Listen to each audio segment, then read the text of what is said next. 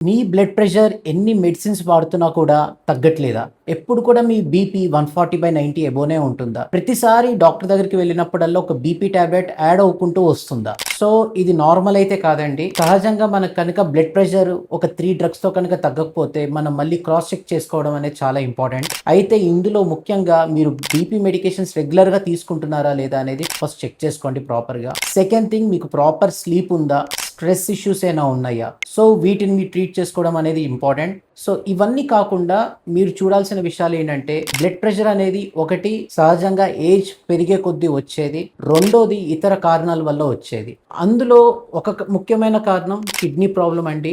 ఆ kidney test అనేది చేసుకోవడం అనేది మీ డాక్టర్ మీకు అడ్వైస్ చేస్తారు. రెండోది అతి ముఖ్యమైన విషయం, అస్సలు నెగ్లెక్ట్ చేయకూడని విషయం ఏంటంటే, చాలా వరకు దీని వెనకాల కొన్ని హార్మోన్స్ అనేది చాలా కీ రోల్ ప్లే చేస్తాయి. ఈ హార్మోన్ ప్రాబ్లమ్స్ ఉంటే ముఖ్యంగా కొన్ని హార్మోన్స్ చెప్తా వినండి. మీ దాంట్లో ఎడ్రినల్ హార్మోన్స్ అనేది, ఆల్డోస్టిరోన్ హార్మోన్ అనేది, కార్టిసోల్ హార్మోన్ అనేది, ఈ హార్మోన్స్ కనుక మీ బాడీలో ఎక్కువగా ఉంటే మీ బ్లడ్ ప్రెషర్ అనేది ఎన్ని బీపీ మెడికేషన్స్ పెట్టినా కూడా తగ్గవు. సో వీటికి మీరు ఫస్ట్ హార్మోన్ చెక్ చేసుకొని, ఆ హార్మోన్స్ కనుక కరెక్ట్ లెవెల్స్ లో ఉన్నాయో లేదో మెయింటైన్ చేసుకొని, ఒకవేళ కరెక్ట్ లెవెల్స్ లో లేకపోతే దానిని ట్రీట్ చేసుకుంటే మీ బ్లడ్ ప్రెషర్ అనేది చాలా సునాయాసంగా మీ బీపీ కంట్రోల్ అవుతుంది.